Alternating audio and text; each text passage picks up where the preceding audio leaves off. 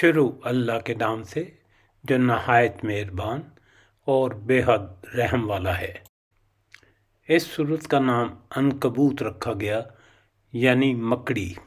یہ لفظ اس سورہ میں آیا، اسی کے لفظ کے نام پر سورت کا نام رکھ دیا گیا۔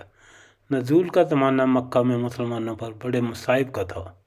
سورت ایک طرف صادق الایمان لوگوں میں عزم اور ہمت پیدا کرنے کے لیے اور دوسری طرف ضعیف الایمان لوگوں کو شرم دلانے کے لیے نازل فرمائی۔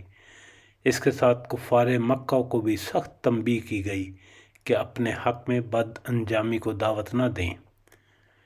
اس زمانے کے نوجوانوں کو درپیش مسائل کے جواب بھی دیا گیا۔ مثلاً ان کے والدین ان پر زور ڈالتے کہ تم نبی پاک صلی اللہ علیہ وسلم کا ساتھ چھوڑ دو۔ جس قرآن پر تم ایمان لائے ہو اس میں بھی تو یہی لکھا ہے کہ ماں باپ کا حق سب سے زیادہ ہے، تو ہم جو کہتے ہیں اسے مانو، ورنہ تم خود اپنے ہی ایمان کے خلاف کام کرو گے۔ اس کا جواب آیت 8 میں دیا گیا ہے۔ اسی طرح بعد نو مسلموں سے ان کے قبیلے کے لوگ کہتے تھے کہ عذاب ثواب ہماری گردن پر، تم ہمارا کہنا مانو اور اس شخص سے الگ ہو جاؤ، اور خدا تمہیں پکڑے گا تو ہم خود کہہ دیں گے کہ ان بیچاروں کا کوئی قصور نہیں، ان کو ہم نے ایمان چھوڑنے پر مجبور کیا تھا، اس لیے آپ ہمیں پکڑ لیں۔ اس سوال کا جواب بھی آیت 12-13 میں دیا گیا ہے۔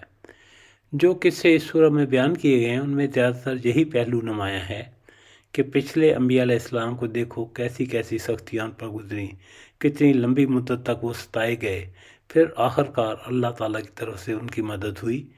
اس لیے گھبراؤ نہیں، اللہ کی مدد ضرور آئے گی، مگر آزمائش کا ایک دور گزرنا بھی لازمی ہے۔ پھر مسلمانوں کو ہدایت کی گئی کہ اگر ظلم و ستم تمہارے لیے ناقابل برداشت ہو جائے تو ایمان چھوڑنے کے بجائے گھر بار چھوڑ کر نکل جاؤ۔ خدا کی زمین بڑی وسیع ہے، ایسی جگہ چلے جاؤ جہاں خدا کی بندگی کر سکو۔ الف لام میم۔ کیا لوگوں نے یہ سمجھ رکھا ہے کہ وہ بس اتنا کہنے پر چھوڑ دیے جائیں گے کہ ہم ایمان لائے اور ان کو آزمایا نہ جائے گا؟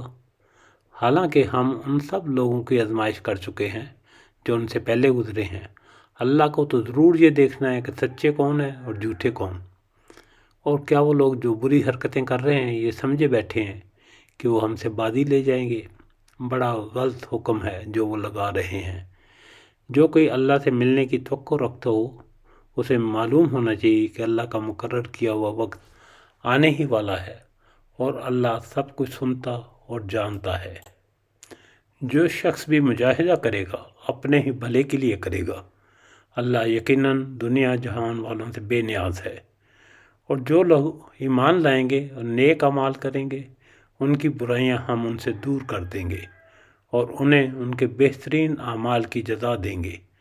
ہم نے انسان کو ہدایت کی ہے کہ وہ اپنے والدین کے ساتھ نیک سلوک کرے، لیکن اگر وہ تجھ پر زور ڈالیں کہ تو میرے ساتھ کسی ایسے معبود کو شریک ٹھہرائے جسے تو میرے شریک کی حیثیت سے نہیں جانتا تو ان کی اطاعت نہ کر۔